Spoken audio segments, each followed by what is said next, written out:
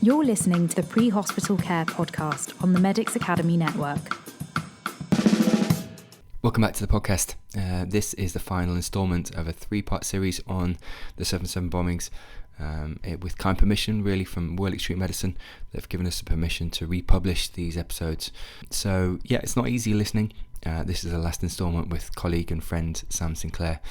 It's a really good benchmark as to how far we've evolved, really, within pre-hospital care from a major incident perspective compared to 20 years ago. But it really is a visceral and honest account from Sam. I hope you find it informative. Please feel free to rate and review the podcast wherever you get your podcasts, and we'll continue to drop content every Thursday and indeed Monday. And I hope you find it informative, and we'll catch you again on Monday. Before we begin, a content note. This episode includes first-hand reflections on the 7/7 London bombings, including descriptions of trauma, risk, and emergency response. While not graphic, some listeners may find the content emotionally intense.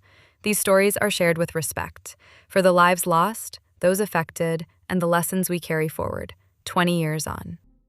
In today's episode, this is going to be part 3 of a trilogy, a mini-series really, on the 7/7 bombings.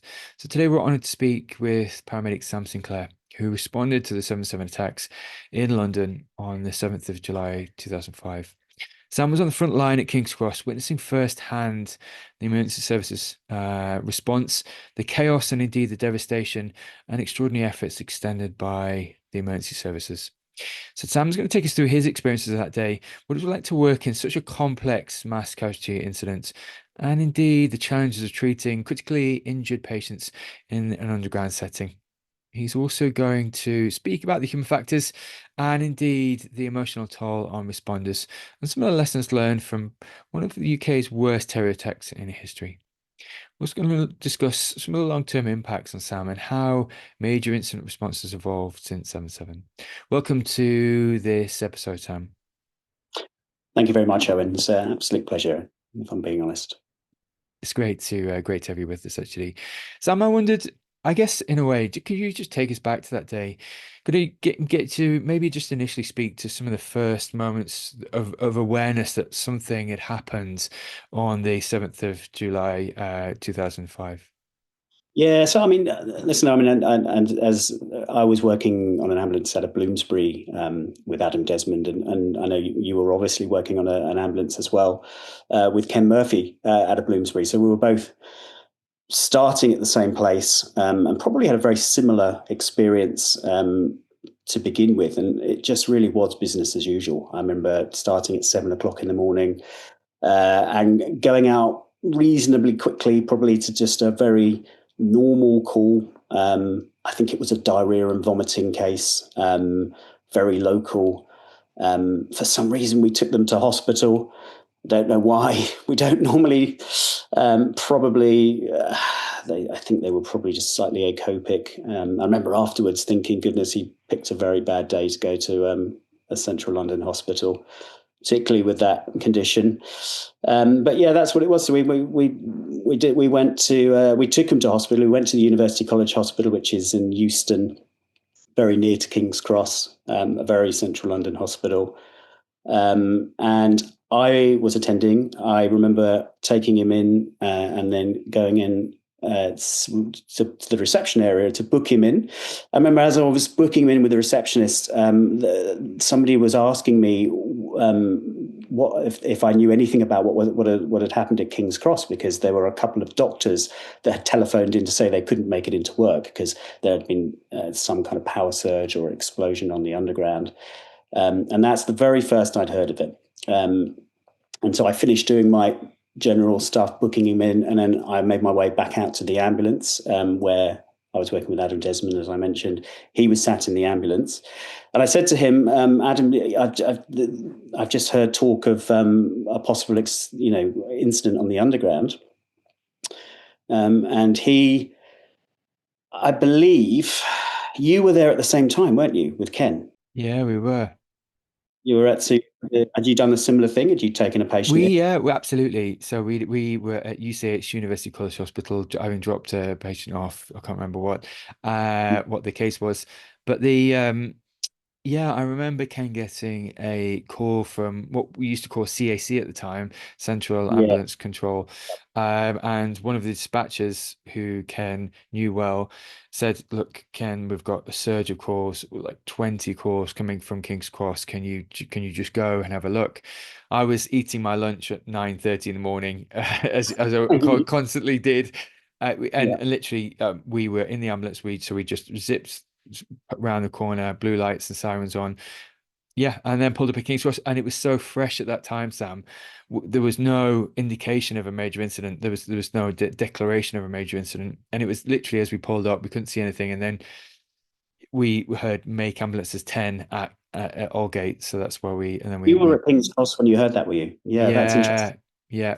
I reckon maybe Adam came to speak to you before you left then, and had a word with Ken, and Ken's, yeah. But I remember coming out, and I remember us making ourselves, because at the time we had the MDTs and we used to green up, didn't we? So we pressed the green button and that made us available. And I remember doing that. And I remember speaking to them on the radio and saying, "We've heard that there's an incident at King's Cross. Would you like us to make our way there?" And we literally heard nothing back. There was just radio silence. Nobody responded to us at all. And then I also remember, because we were on we had different channels, and we were on, I think, channel 10 or something. I remember flicking between the different channels. So one of them was specifically for the motorbike responders and HEMS. They used their own channel. I remember flicking through between those and flicking onto that one, and hearing Larry, one of the motorcyclists, make that declaration of a major incident at Aldgate. And it was at that point we knew, and that I guess must have been when you were at King's Cross already, because we were obviously behind you. And it was at that point we basically flipped back to our own channel, and we tried to get in contact with them again. No response. We just said to them, "We're going to make our way to Aldgate." I think it was my recollection is that we were going to go to Aldgate via King's Cross, because it was sort of on the way, because we'd heard these reports at King's Cross, just to see what had happened. And again, no response, but like, we could not sit there and do nothing, knowing that we were available. And, we obviously knew that they would be very busy. So that's what we did, probably similar to you. Put the lights on, drove down, round the corner, as you say. It's not far, is it? Blue lights, UCH to King's Cross, a few minutes. And as we were passing King's Cross, there was an ambulance there, and there was an FRU there, so one of the response cars, and we pulled up behind them. And we saw on the pavement there were people there with soot-covered faces, some facial injuries with dried blood, but mainly I just remember the black soot-covered faces milling around on the pavement, literally outside it's a main road, isn't it? On the main road outside the station, as we pulled up. So we knew at that point there was something occurring there, which I'm guessing, would have been a few minutes ahead of us, like maybe 10 minutes ahead of us. You wouldn't have seen that, would you? So that's why you carried on. Yeah. Yeah, no, indeed. And like you said, the sort of covered faces, and I guess that's when you decided to sort of proceed, I guess, maybe into the tunnel itself, as Adam was saying, or indeed the ticket hall, and then down. Yeah. And, So and then, yeah. yeah. So then, I mean, initially we stopped and we're like, okay, there's something's happened here. I think I wound my window down. I think somebody said to me, "Have you got any tissues? Have you got any tissues?" And I was like, we don't have any tissues. I don't even think we had tissues on the ambulance at that point in time. I remember thinking, okay, that's not a normal request. Something's happened here. And at that point, I mentioned there were two ambulances. I remember the person who was in the first response car was actually there. I remember speaking to him, and I remember him saying to me, he didn't know what had happened, but he said, "There are hundreds of people in the ticket hall. We need to go and have a look at them." And then I was attending, and so at that point, as you say, no major incident had been declared to my knowledge at King's Cross. I hadn't heard a thing. So it was Adam's job to man the radio. Adam did. He made it. I don't know whether I don't think he declared a major incident at first, but I I have read the transcripts from because obviously 5 years later there was a coroner's inquest, and then all of the information, all of the radio chatter transcripts and everything was published. And I've had a little look through all that, and I can see that he requested information, didn't get anything back, but didn't actually declare it at that point, and there was no mention of a declaration at that point.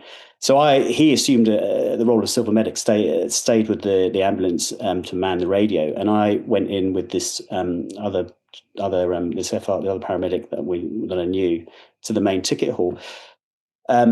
Took my triage pack, took any kit I could carry, and there were hundreds and hundreds of people they'd all obviously made, and we didn't at that point know whether it was an underground incident, whether it was an overland incident, because it's a big place, King's Cross. It's got obviously mainland trains. It's got, I don't know if it had the Eurostar at that point. I don't think it did actually. That was Waterloo at that point. And then obviously lots of underground lines as well. And so I was essentially working my way through them, having a look at, they were mostly all walking wounded, all of them soot-covered faces, like glass injuries, cuts and stuff like that. And I guess my main concern at that point was, I didn't know what had happened, but it was soot-covered faces, smoke inhalation, just to see if anybody, I was going around asking if anybody had any asthma and respiratory issues. That was my main concern really then.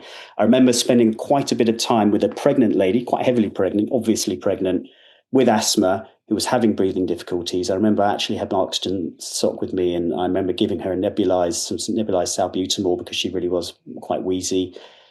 She was the one I spent the most amount of time with. I remember giving a few triage cards out, all of them P3s, and then thinking, I may have exhausted them, to be honest. I don't remember how many we have in the packs, but I think I may have just given them all out and thought, well, these are none of these people really need my attention at the moment, apart from her.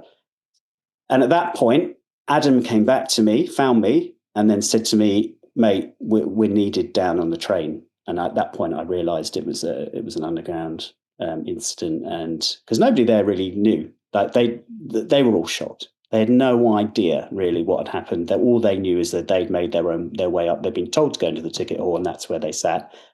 And at that point, we just grabbed all the kit that we had in the ambulance that we could carry. I think he already had it. I had most of it with me. He had his paramedic bag. I had the oxygen sock. We had the defibrillator, just the response bag. I believe we had our hard helmets. I had on my high-vis plastic, like Mac, basically, which is what we had at the time, wasn't it? The plastic coat, because that's what you were supposed to wear, in a major incident, so you're visible. And we, just the two of us, trundled off down to the underground. How he came by that knowledge, I don't know, because I wasn't with him. But that's how I ended up knowing that I needed to go onto the train. Yeah. Could you just speak to just the challenges, some of the immediate challenges you faced, Sam, if that's possible? Even just down to things like declaration that power was off, you got heading to the right tunnel, all these safety aspects, and indeed, trying to find where the source of the explosion was. Could you just sort of speak to some of these things maybe we take for granted now if there is officers on scene, but maybe wasn't necessarily in place at the time? And that's the thing. At the time, there was me and Adam, so that's two personnel from the LAS, the FRU that had arrived and had directed me in. There was another ambulance crew. They never saw them, no idea who they were or where they were. And I believe there was, I know there was another first responder who was there, but I didn't see the car there. I certainly didn't see him on the surface. And there was no direction, if I'm honest. I took the direction from Adam because, Adam, thankfully, and the same with you and working with Ken, I was only a few years into my career at that point. And Adam, very experienced, even at the time, very experienced. He just sort of instinctively knew what to do. And he just, I think he must have found out that it was the Piccadilly line. He must have found out where we were going, and off we went to the underground, to the escalators of the Piccadilly line. And then I know that he talks, I've listened to his podcast, and I know he talks about not knowing which elevator to go down, which was up, which was down. And so even in that moment, he I guess was slightly overwhelmed, I guess, by the situation. But I mean, I don't recall that being an issue for myself. I remember finding the right escalator and going down. I remember there being fire brigade around, and I feel that they came down the escalator with us. But then, yeah, we got down to the platform. There was smoke coming out of the tunnel, so it was the train was detonated quite deliberately in between King's Cross and Russell Square stations, which, it's not a massive distance. I guess I don't know how long that tunnel is. Well, I've walked it, and it's not very long actually when you because it's a straight line. But they detonated that. He detonated that bomb 140 meters into the tunnel on the way to Russell Square. So there's no visibility of the train. We couldn't see a train at all. All we could see is a tunnel with smoke coming out of it. There was some fire brigade there.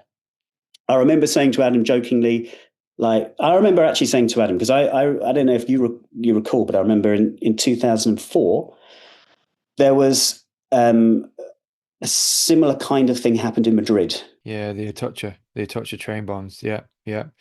The Atocha Central Station. Well, it was. Well, I think there were like 10 bombs on 4 trains in rush hour, and 200 people died.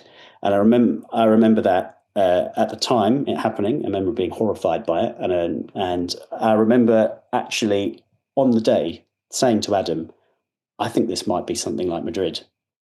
And because we had no idea. We didn't actually know a bomb had gone off. We had no idea at all. All we knew was, and actually, I also recall as we were going down the escalator with our bags, another member of the London Ambulance Service was coming up, another escalator, just briefly. And on the way, we had a very brief exchange, seconds, and we said, "What's going on?" And he went, "I think he might have said there's a bomb. It's absolute carnage down there." And that's it. He was gone. And I'm not too sure. I would imagine he was going up to try and get more resources because we had no communications that worked underground. So the only way to actually get information up to the surface was to physically go up to the surface. So I think that's what he was doing. We didn't have time to talk to him. I remember saying to Adam, I think this is probably going to be a bit like Madrid. This is, not knowing, obviously they I don't think were suicide bombers, but, obviously London was.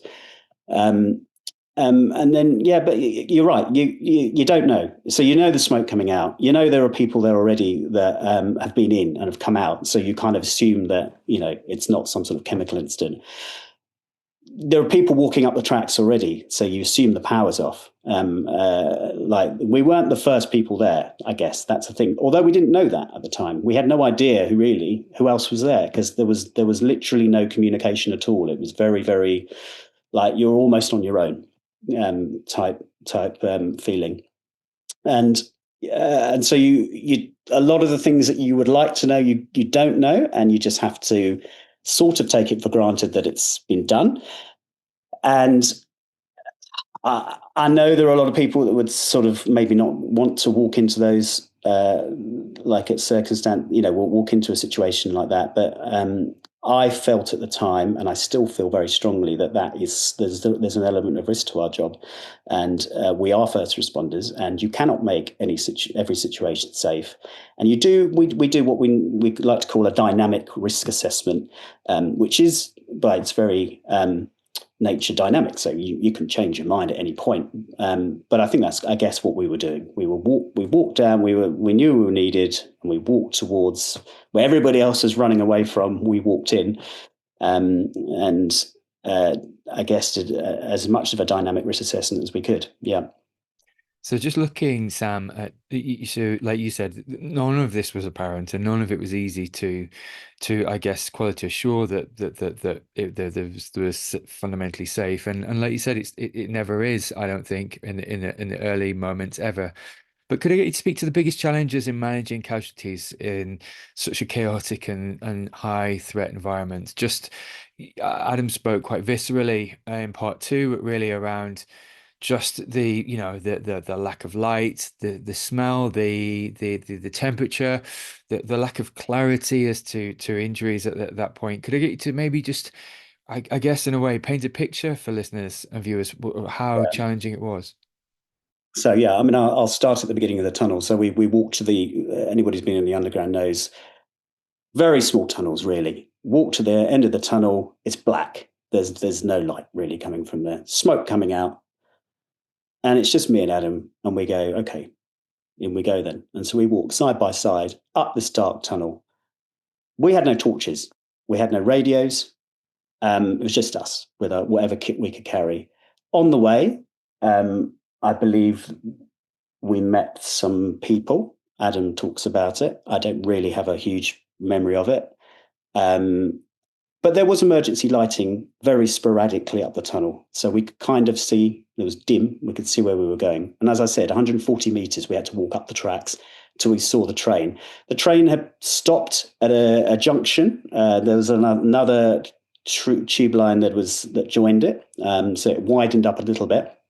And then obviously, unbeknown to us, we weren't the first. There were other crews that had come and already performed the triage, sort of sort and sift before us. So we were very quickly directed to where we needed to go. So somebody who'd already found the 2 patients that we ended up dealing with, and triaged them as P1s.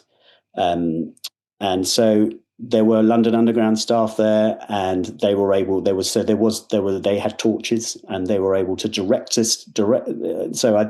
The bomb detonated in the very front carriage of the train, right at the very front, carriage 1. There were 6 carriages, and the people that we had to go and assist were actually blown out of the train. So the bomb blew up in carriage 1. Blew the doors off because he actually blew it up next to these 2 double doors, blew the doors off, and then these two poor people and more as well had been ejected from the train. Not only did they have blast injuries from the bomb, but they'd been ejected from the train whilst it was moving, and the train had continued on, and then they had ended up between the tunnel wall and the train itself. And somehow or other, they'd been found before we got there and triaged. So we were directed into the train. When you get on a train on a platform, you don't really think about the fact that it's like 1.5 meters drop to the tracks, do you? So when you're walking along the tracks, you've now got to climb up into a train, 1.5 meters or so. In the dark, I reckon we probably had one person with a torch directing us in there. And then we climbed up from not through the tunnel side, from the other side, and it was slightly wider. And then we had to go through the train and then out of the train again and jump down onto the tracks between the tunnel and the train. And as you say, we had no torches at that point. The only light that was provided was London Underground staff with big, powerful torches. There were quite a few of them on there, and they were the people directing us and providing light. And then, I can only really talk about so I essentially assisted to treat these two patients who had been ejected from the train, and they were not on the train anymore. So they were underneath the train, trapped between the train and the tunnel wall. And it's hard to. I mean, again, it's actually not a place I'd ever been before in my life either. I mean, I'd never been in a tunnel next to a train, and you're not there's no space. You're not designed. It's not designed for people to work there. There are myriad of electrical cables stuck to the tunnel walls, which are massive and intrude into any space there is. And really, I think you'd probably be looking at 45 centimeters if you were to. You couldn't stand even widthways across it. Your shoulder widths would have touched. It wouldn't have worked. So you're talking about very confined space. And as you touched on the temperature, I mean, I don't think I particularly noticed. So I mentioned I had the plastic Mac on, and that stayed on me for the entire time. So I had a plastic Mac, essentially high vis, on the whole time, and it was 40, 50 degrees. I can't remember, because as you know, the ventilation system in the underground is only provided by the trains moving. So you stop the trains moving, and it goes up by a degree every 10 minutes, or it's less, isn't it? So yeah, very quickly became extraordinarily hot down there. So there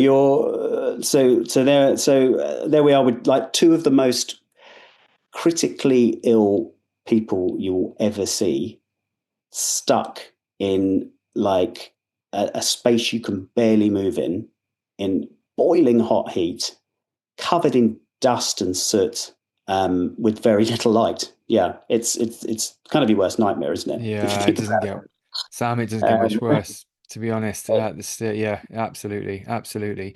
So can I get you to speak to so Adam spoke quite candidly about the florid human factors that played out in this scene, actually, and understandably. I'm going to roll kind of two questions into one, Sam. Could I get you to speak to the lack, because like you said, there was maybe a cut in comms quite quickly, actually, quite from the CSE, now EFC, the Emergency Operations Centre. Could I get you to speak to the communication and or lack of, and even inter service, emergency service communication, and how that played into the human factors? So, I mean, at that time, we had no. We actually had. Well, I think we had handheld radios on some of the ambulances, but none of them ever worked. So we never used them, and I don't believe we had any on that ambulance that day. And certainly they didn't work underground. So we had zero communications whatsoever once we were underground with anybody up top. And even at the time, as we just touched upon, there was like, I think they were overwhelmed. I know, looking back at the coroner's, at the paperwork that I've looked at, subsequently, that it was declared a major incident at King's Cross several times, but for some reason that information never came across, to us, at least, anyway. And I think it was declared even before we arrived there. So yeah, and then again, like, well, with like with the other services, the other emergency services, I mean, you're really just, we had no communication with them other than speaking to them face to face.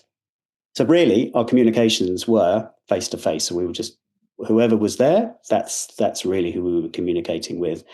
Other than that, there's no way of getting information out other than going back up to the surface, which is what I presume this chap was doing when we're on our way down, thankfully, which is probably, yeah, I mean, what exactly he brought down with him, I don't know. I don't really know exactly what he was up to, but yeah, it was a challenge, and like, I mean, in some respects, we were lucky in that we were direct. Somebody had done the unenviable task of the triage sort before we got there. We were directed to critically injured patients that we knew needed our help, and so we kind of knew what our role was. And I was also extremely lucky in that Phil Nation, a HEMS paramedic, and a HEMS doctor were actually on that train before we got there. And again, all of this, it seems terrible, but all of us really kind of ended up on that train, not because we were directed to, but just because of information that we had heard whilst up top, and realised we were needed. And we'd all kind of gone down individually. There was no concerted attempt to take us there. We'd all just thought, we need to be down there and we need to be doing it. Same with Phil. I know he heard, like with the HEMS team, they realised immediately, having listened to a BTP officer, I think, a British Transport, who was up top, how desperately they were needed down below. And he'd gone down. I think so. He'd probably been there minutes before us. He was actually with these two patients, and I know that he was, yeah, just so he would have been down by the tracks in between the tunnel and the train when we got there. We were directed through, and then, so there was me, Adam, and Phil. There were three of us for these two, and there was one actually. So there was Samantha and Lee were the two patients that we were dealing with, who were alive. And do you know what, Owen? They were conscious. They were conscious, and they were, Lee was very distressed, quite combative. Samantha was quiet but still talking, and they'd been there a long time. Like, actually amazed. I still to this day cannot believe that they were as lucid as they were. And there was also a dead gentleman as well who was not far from them, maybe a few meters away from them. He had already been triaged as dead. So I personally didn't go and look at him at all. But yeah, like, in terms of the communication, it really was just it was teamwork with whoever was there. And thankfully it was Adam and Phil, because they were very experienced. But also, just going back to your, dealing with like medical. I don't know if I feel you asked this, but trying to deal doing what you like the gold standard medical treatment that you'd want to do for a trauma patient. And so these two, I mean, you probably would have heard from Adam exactly how badly injured these two were, but they were, blast injuries to the lower legs, but to the point that their left legs were, because they'd been ejected from the train, they'd been rotated around, their muscle fibers from their left legs were intertwined with each other, so they were inseparable. Essentially, we had to, before we extricated them, we had to actually unwind their legs from each other because the muscle fibers were all intertwined. And for both of those, the gold standard would be like large bore cannulas, 2 of them ideally, IV pain relief. These days we've got TXA, stem, any like sort of hemorrhage control with tourniquets. Like when you're down there, even at that point, like this was the problem. We didn't have any of that, did we? We had no tourniquets in London. We had no. Do you know the only pain relief we had was tramadol. That was it. We had tramadol. We had no tranexamic acid. And then when you're in a space, a dark space, 45 centimeters wide, with people that have been lying there for a long time, are peripherally shut down, you can't get IV access in a situation like that. It's just not possible. So all of the stuff you want to do, can't do it. And you have to reevaluate actually what you're doing. You have to just do what you can do. And we ended up with those two, giving them intramuscular. I think Adam gave intramuscular tramadol to Sam. And thankfully, as I said, Phil was there, the HEMS doctor was there, and we put the call out for some ketamine, and we managed to give them some ketamine. We couldn't get IV access because there was just no ability. We just had no space to do. We had no light even. So we gave them intramuscular ketamine, which was wonderful. It was so nice to be able to give them something definitive, and it actually worked very well. It calmed them right down, and then made the extrication process a lot simpler. But then, I think my answer is medically wise, you do what you can. You've always got to have your patient's best interests at heart, but you've got to know the limitations. You could get caught up trying to cannulate somebody in a ridiculous space like that for like 10 minutes, but you're not going to be successful. What's the point? You've got to really just do what you can. And I think that's the most important thing that I learned from that, actually. Yeah, listen, I would agree. And to your point, you can get task focused super quick, Sam, and like you said, end up negating lots of really valuable stuff by becoming so task focused on one skill, which actually at the end of the day, you can work around that. Like you said, I am intramuscular medication, and then move them quickly. Could I get you to speak? Adam spoke quite candidly about the disparity between training and operational readiness, and how he felt on the day, and how there still is a gap, which doesn't necessarily pay credence to the florid human factors and the fear and the inability to make holistic decisions, fine motor skills, and put all this together. He really speaks about how the policy doesn't necessarily acknowledge this. Could I get you to speak to if you felt prepared for that day, Sam, and indeed what attributes of leadership maybe that you saw either in yourself or the people that came through that day? I felt wholly unprepared for that day, and I'm sure you did. I mean, we had very little experience, obviously, in general. Adam had already, and Ken had both been to major incidents, so in that sense, they kind of knew what to expect, I guess. I don't think I did any major incident training, during my preliminary LAS years. We would have gone through the triage sort process, but we wouldn't have done any scenarios or any proper training.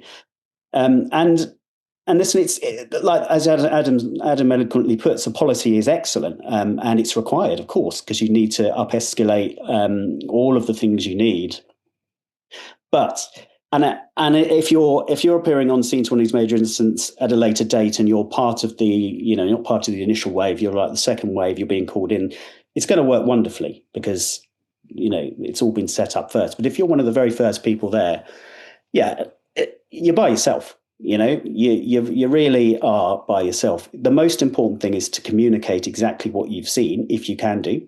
Quite clearly on on 7/7, we could not communicate what we were seeing because we had no communications. So that kind of is something that has been implemented to a much better extent as a result of this, which is good. But these days, our communications are very good. So you want to be communicating exactly what you're seeing. But yeah, and in terms of I thankfully didn't have to do the triage sift like my colleagues did, who arrived maybe 10 minutes before us. I think that would have been a very awful job to have to do. Very, very, very hard. But all I can say is they did it extremely well, because although I wasn't the predetermined second wave, when we got down there, we were directed immediately to the people we needed to go to because they'd been triaged. So, it might seem a horrific thing to have to do, to triage somebody and move on, especially when you really want to stay and help them. It works in that sense. I can tell you, because, we wouldn't have been able to go straight to those people and help them if somebody hadn't done that for us. So, but yeah, it's tricky, isn't it? Because, it's just such an alien environment and it's so confronting. I just think it's just hard to know sometimes what, you're never going to get out action cards and read them. You really are playing by instinct, to be honest. And the more experience you get, so if I was to have to go and do this again now, I've got 22 years of experience of doing this frontline now. I'd be a different person doing it. It would be so much easier to do. At the time, it was all, the bandwidth was very, very narrowed. And I was lucky that I had 2 patients. I knew, I didn't have to worry about anybody else. It was almost just, and I had 2 very experienced people with me. So I think I was lucky in some sense that I didn't have to worry too much about it. But yeah, it's you can't plan. I think really what Adam's getting at is, and I know he always says, you'll fail. You're destined to fail. I think he's being slightly harsh in some respects. I think if you go in expecting to for the procedure and the process to work exactly how it's supposed to, then yes, you probably will fail. But I think I think you do your best, and I think as long as you're doing your best and you're advocating for your patients, and you're not failing. You're not going to fail, because it's a terrible, terrible situation to be in, and there is no right way of doing it. There's no right and wrong way of going about something like this. As long as you're doing something and you're advocating for your patients, I think that is all you can do. And I think that if you do that, you're not failing. You might look at the procedure and go, well, we didn't do this right. But actually, who cares? If you've been doing something, you're not failing. You're doing the right thing. And I think we all did that. We both did that. You probably feel the same way. And that, to me, is how you get over, because you think about this a lot. I mean, we'll never forget that day.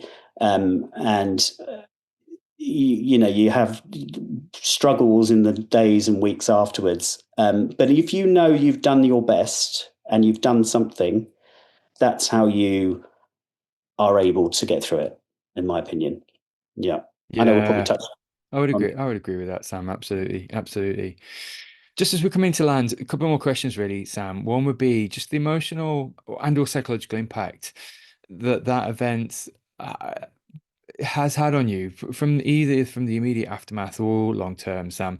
Could I get you to speak to, because having spoken to Ken and done a podcast with Ken and a podcast with Adam, that was really the synergist. That was the event which made them move away, or indeed, really consider whether London was for them. And that was something they considered. Could I get you to speak to it as well? Yeah, I mean, so the emotional impact for me immediately afterwards was quite, I mean, it's interesting because it was business as usual again. We didn't have any time off. We maybe had one shift off and then we were back like maybe a few days later. So it was no big time off. It was straight back in, which probably is the right thing to do, to be honest. You want to just, you get back on with it. But I had terrible, terrible nightmares for months and months and months after that. I have no idea how long it went on for. I remember waking myself. I mean, I was with my partner, Kelly, who I'm still with now. And I remember waking up and she was saying, you were talking in your sleep again. And I remember ultimately it was all about guilt. I felt guilty. I kept saying to myself, I think, we couldn't save them all. I was so guilty that we couldn't save all these people. I felt that it was my job to be there to save these people. And I guess it's a bit naive. I was 2 years into my career. I was quite young. And I think that probably played a part in it. But yeah, that was what it was, this overending sort of feeling of guilt that we couldn't save them. And then, listen, I just think as time went by, we're very reflective people as paramedics. We reflect on every job we do. We should be. That's how we get better. And I reflected on it at length, and then realised that the world's a terrible place. Terrible things happen. These people went out and deliberately set bombs off on. There were 130 odd people in that carriage when he detonated that bomb. That's an insane number of people. I think 17 or maybe more died. So there were an awful lot of people who survived, which is a crazy thing in itself if you think about it.